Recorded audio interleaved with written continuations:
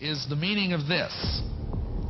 And this is a very mysterious symbol, which, you know, you've heard all sorts of explanations for it, but I'm going to give you the Masonic Illuminati inner meaning of what this means tonight.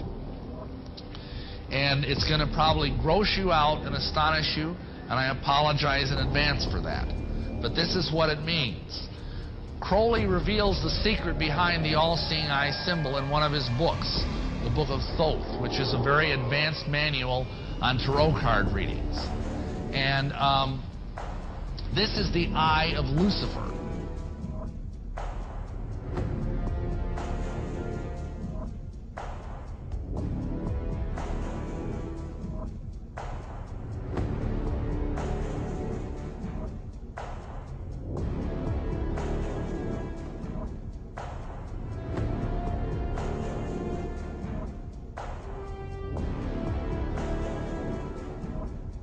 And by the time the council came to a close, they had three major policies that were going to be followed. First, they were to see to it that humans would be made to believe that Satan and his angels do not really exist.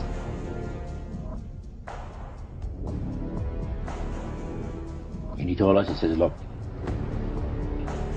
we worship spirits.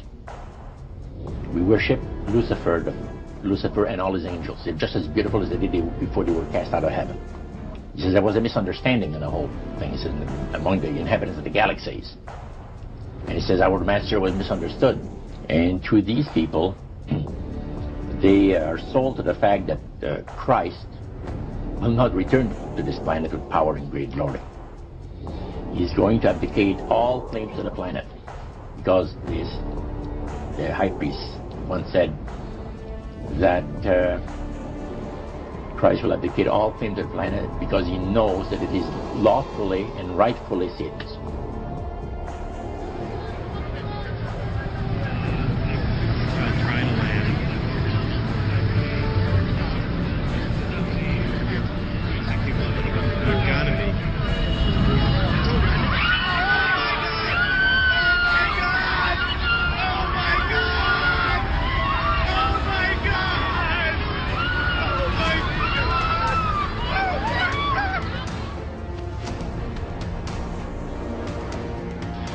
The mystery of iniquity doth already work.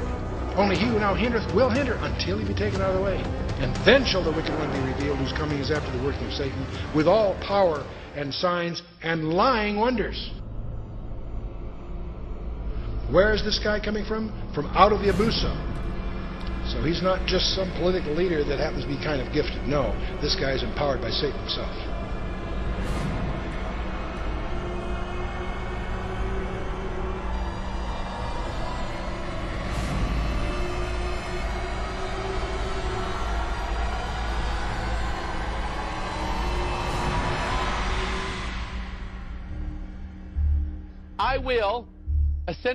I will ascend into heaven. Number 2, I will exalt my throne above the stars of God. Number 3, I will sit also upon the mount of the congregation. Number 4, I will ascend above the heights of the clouds. Number 5, I will be like the Most High. That is Lucifer's 5-point plan of what he said he's going to do. And notice, how many points do we have on this star? He said this, the pentagram, quote, has one use only. And that is to call up the power of Satan and bring the kingdom of the devil into manifestation on the earth. So whenever a pentagram is used, it is probably the highest satanic ceremony that can be used to bring in the kingdom and the power of Satan. He said, go to the word for 666.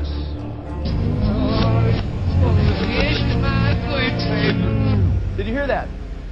Listen carefully. It says, I want to live it backwards like the Zep, whose power is Satan.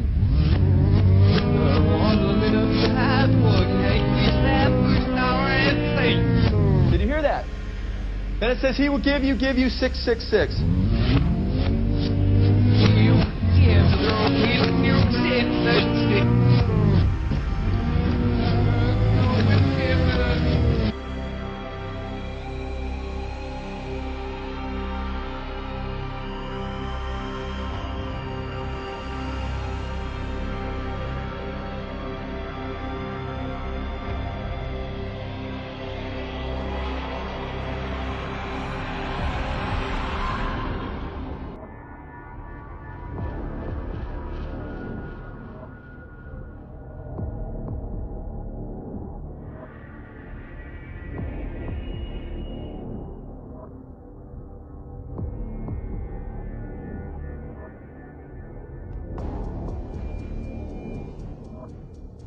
former head of the FBI, Los Angeles, California, retired in 1979. A gentleman came up and gave me a book. He said, Ted, in fact, that lecture was specifically on the McDonald case. Ted, here's what it's all about. Take this book and read it. And this is the book, folks. It's called Pawns in the Game. In 1776, Weishaupt organized the Illuminati to put the plot into execution. The word Illuminati is derived from Lucifer and means holders of the light. Using the lie that his objective was to bring about a one-world government, to enable men with proven mental ability to govern the world, he recruited about 2,000 followers. These included the most intelligent men in the field of arts and letters, education, the sciences, finance, and industry. He then established lodges of the Grand Orient to be their secret headquarters.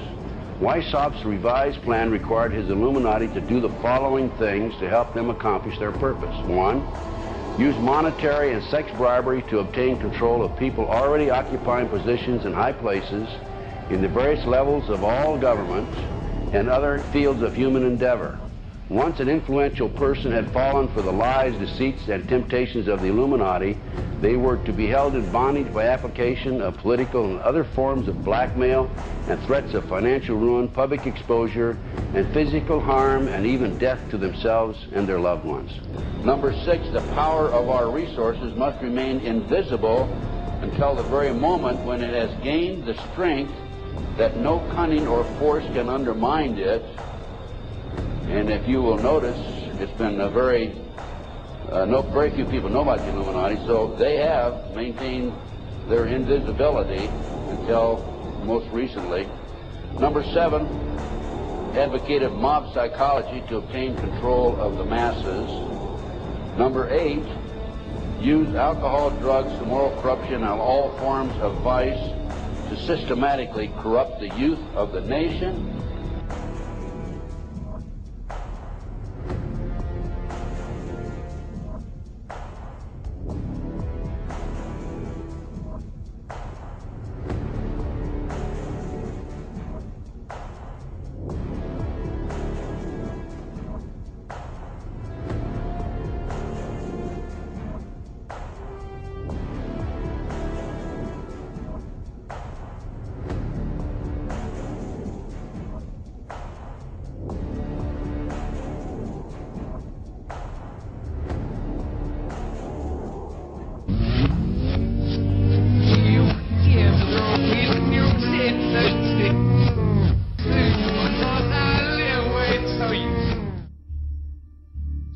You have all the money in the world you need.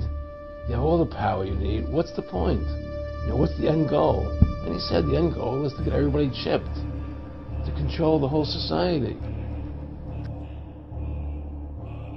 And we are, as a people, inherently and historically opposed to secret societies, to secret oaths, and to secret proceedings.